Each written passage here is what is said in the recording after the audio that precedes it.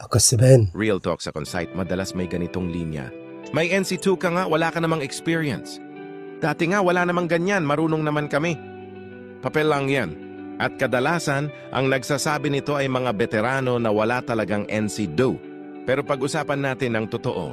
Ang Technical Education and Skills Development Authority, TESDA, ang nagbibigay ng National Certificate, NC2, bilang patunay na pasado ka sa National Competency Standards. Ibig sabihin, hindi lang ikaw ang nagsabing marunong ka. May assessment, may evaluation, may standard. Bakit ito minamalit ng iba? Ego at pride. Maraming veterano ang natuto sa actual site. Walang formal assessment. Kaya kapag may bagong may hawak na certificate, parang feeling nila nababawasan ang value ng experience nila. Takot sa pagbabago. Noon, sapat na ang marunong ka. Ngayon, may dokumento na ang skill. May standard na sinusunod. Experience versus certification mindset. Ang totoo, hindi sila magkalaban. Dapat magkasama. Gaano ba kahalaga ang NC2? Proof of competency, may national standard kang naipasa.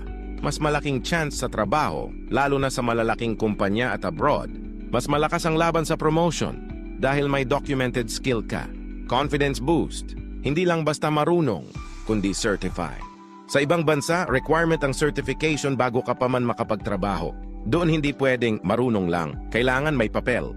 Ginawa ba ito para lang pagkakitaan ng empleyado? Real talk. May bayad ang training at assessment, oo. Pero hindi ito simpleng negosyo lang. May curriculum, assessor, evaluation process at national standards na sinusunod. Ang certificate ay hindi garantiya ng galing, pero patunay ito na pasado ka sa minimum industry standard. Hindi nito pinapantayan ang 10-20 years experience ng veterano. Pero hindi rin dapat maliitin ang taong nagsikap kumuha nito. Mas malalim na katotohanan, ang experience ay actual na natutunan sa field. Ang NC2 ay formal validation ng skill. Kung pagsasamahin mo ang dalawa, iyan ang tunay na malakas. Sa halip na pag-awayin ang may NC at walang NC, mas maganda ang mindset na ang veterano may wisdom. Ang may NC2, may standard at documentation. Kapag nag-collaborate sila, mas safe at mas professional ang site. Hindi sukatan ng pagkatao ang certificate. Pero sa panahon ngayon, malaking advantage ito. At sa totoo lang, mas mabuting may hawak kang papel na hindi mo kailangan, kaysa kailangan mo ito pero wala ka. Ang NC2 hindi yabang. Puhunan ito. Kayo, anong masasabi nyo?